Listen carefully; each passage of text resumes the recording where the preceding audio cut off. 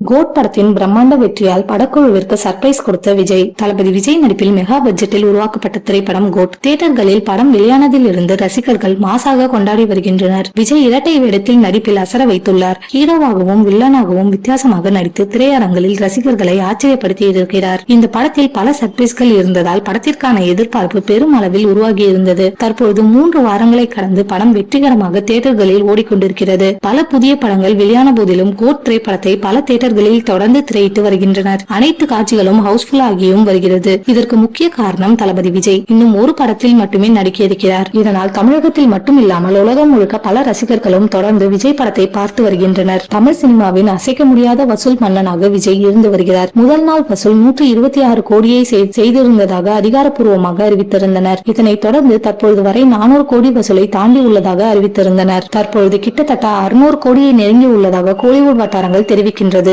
தளபதி விஜய் எப்பொழுதுமே படத்தின் வெற்றிக்கு பிறகு படக்குழுவிற்கு பல சர்ப்ரைஸ்கள் கொடுப்பார். வெங்கட் பிரபு ஏற்கனவே இயக்கிய மங்காத்தா படத்தின் வெற்றிக்கு வீட்டில் விருந்து கொடுத்திருந்தார். தற்போது கோட் திரைப்படம் நல்ல விமர்சனங்களையும் வசூலையும் பெற்று வருவதால் மொத்த படக்குழுவிற்கும் மாசான விருந்து கொடுத்து அசத்தியுள்ளார். மேலும் பலருக்கும் பல சர்ப்ரைஸ் கிஃப்ட்களும் கொடுத்திருப்பதாக செய்திகள் வெளியாகி வருகின்றன. விரைவில் வெற்றி விழாவை நடத்தவும் ஏற்பாடு செய்து வருவதாக செய்திகள் வெளியாகி வருகின்றது.